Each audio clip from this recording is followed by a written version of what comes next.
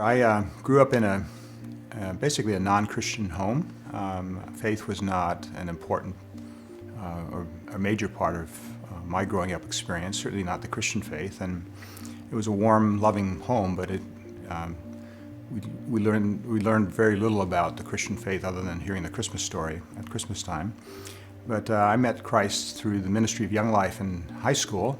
It was the beginning of my journey of faith. I heard the gospel through Young Life. I remember being in high school and seeing all these kids having little flyers. In those days, they wore little flyers that said, "Come to Young Life Club." And I remember turning to a gal in my algebra class who I had admired and said, "What's that about?" And she said, "Well, why don't you come and see?" And so I went to Young Life Club, and again, I did not grow up in a Christian home, so I heard the gospel for the first time, and again, for me, again, I know not everybody's experience is the same, but it was like everything sort of clicked into place. Of course, this is there's a God who cares about me, who loves me personally, and wants to not only change my life, but wants to change the world.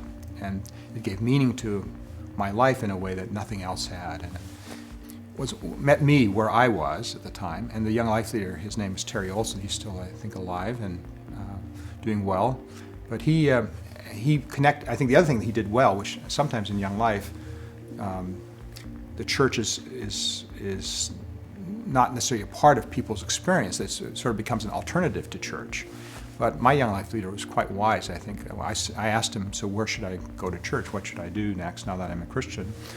He said, "Why don't you, there are 3 or 4 churches in the area, and I go to John Knox Presbyterian Church here in Seattle, and so, okay, I'll go there." And I've been there for 40 years, so I guess I'm one of the examples of where it took in terms of something getting planted in a local congregation. And I've been grateful ever since for his work there and in me and in bringing me to that congregation.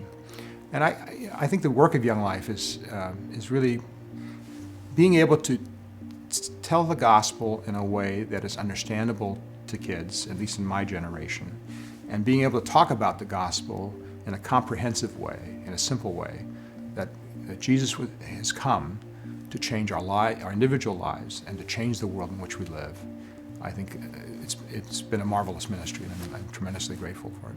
I sometimes describe myself as a converted pagan, somebody who doesn't have a lot of Christian history or experience, and came very enthusiastic about the gospel and its ability to transform my heart and life and change the world. And so that began the journey for me when I was a teenager, and then went on to college and to work, and came into the world of work with a Christian worldview at that point, and that's sort of where my journey began.